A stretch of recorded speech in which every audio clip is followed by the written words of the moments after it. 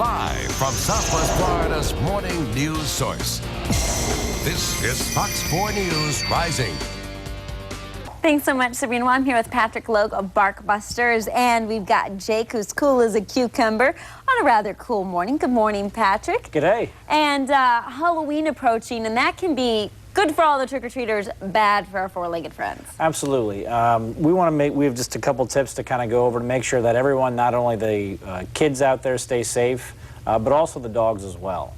Because it can be obviously a pretty scary time for them. They're not used to seeing their family and, you know, the neighborhood kids in costumes. Right. So what should we do to help our dogs and even our cats? Sometimes they get freaked out, but mostly the dogs on Halloween night when all the trick-or-treaters come. Right. Well, first things first, let's start with flammables and edibles. Let's make sure that there's no candles where the dogs have access to candles, because a wagging tail might knock a candle down, or a dog might get burnt on a candle, being curious That as to what includes it is. being in the pumpkins. Being in the pumpkins, absolutely. And pumpkins, last I heard, they were edible. So you want to make sure that your dog doesn't have a pumpkin fetish. And obviously you want to make sure that the kids aren't giving the dogs any type of candy at all. Chocolate is very, very bad for the canines. Absolutely. The other thing to do is put the costumes on your children a day or two before, and let your dog know, come up and still scent them, smell them, so that way the dog understands that this pirate is actually his litter mate, his brother. So they know and recognize them and don't get spooked. Absolutely, because, you know, once they start changing appearances, dogs really recognize us by our scent, not what we look like.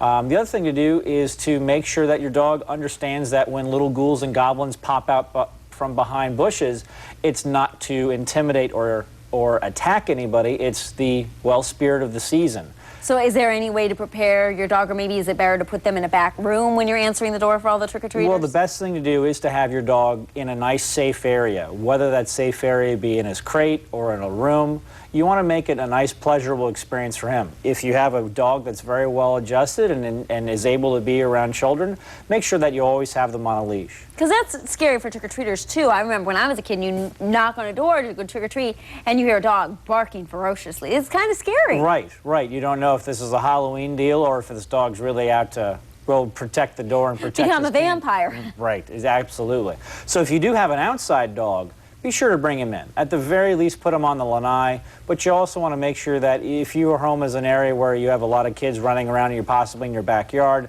that might scare your dog, and we really want to make sure that your dog is able to be happy and adjusted, not in protection mode, because, again, this is the spirit of the night. And what about trick-or-treating with your family pet, bringing them along for the night? Right, well, a lot of people dress their dog up and make them a part of the family.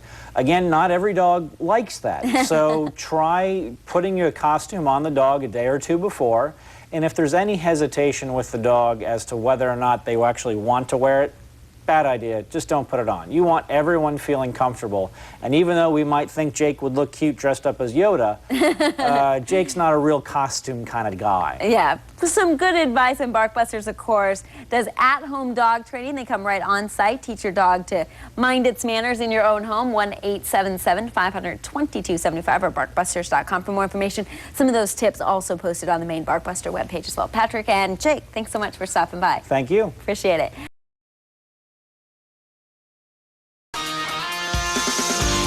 Live from Southwest Florida's morning news source. This is Fox 4 News Rising.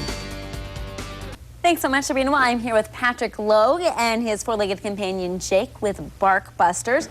And Bark Busters does at-home dog training, but one of the big things with the holidays is helping to teach our friends or dogs to behave and to avoid certain pitfalls like candles and pumpkins and chocolate. Candles and pumpkins and chocolate, oh my. Obviously, Halloween time, we want to make sure that there are no unnecessary trips to the vet, and we can do that by not only keeping our ghouls and goblins safe, but by making sure your dog is safe as well. Good thing to do is, well, just simply to have your dog on a leash.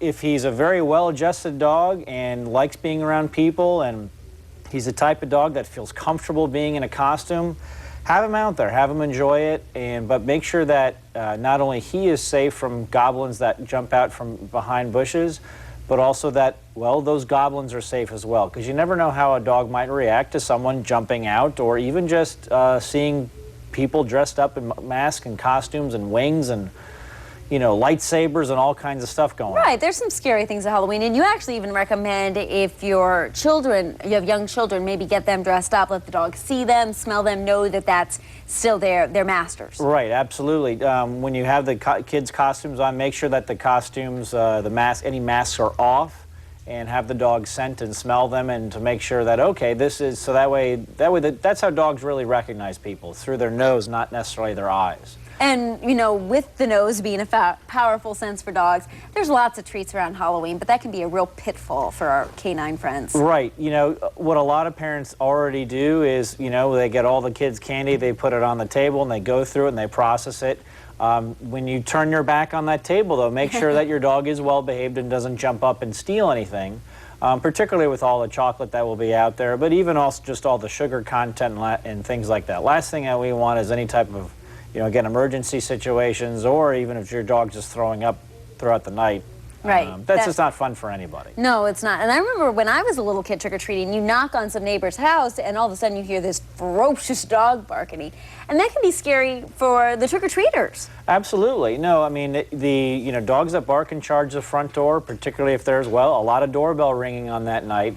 Best thing for an owner to do, other than call Bark Busters, is to have their dog put away. Make sure that their dog is in a spot where it does feel comfortable. Really reassure your dog and let them know that everything's okay, that even though there's more door traffic today or this evening in particular, it's not a big event. It's not a big deal. You know that the little monsters are not coming to get you, and it's up to the owner's responsibility to let their dog know that the monsters are not coming out to get their dog either. And something we may forget, and you know, the hubbub of getting the candy out and the trick-or-treaters, is don't forget about the pumpkins and those lit candles, because a dog's tail, if it's in range, could create a hazard for all of us. Right. Jake's tail is known to be lethal. Basically, any dog with a tail has the potential to knock a candle over, get into trouble. You know, if it's excited and there's lit candles and there are pumpkins around, and an ounce of prevention is worth a pound of cure. So glow sticks are great. Put a bunch of glow sticks in your candles. That way you won't need to worry about any kind of flammables at all.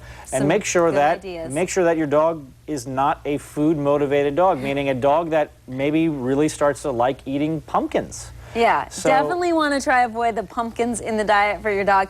If you want more tips, you can check out the Bark Busters webpage at barkbusters.com, or give Patrick a call at 1-877-500-2275. Patrick and Jake, thanks so much for stopping by. I really appreciate it. Have a safe Halloween. Well, you too. Trick or treat.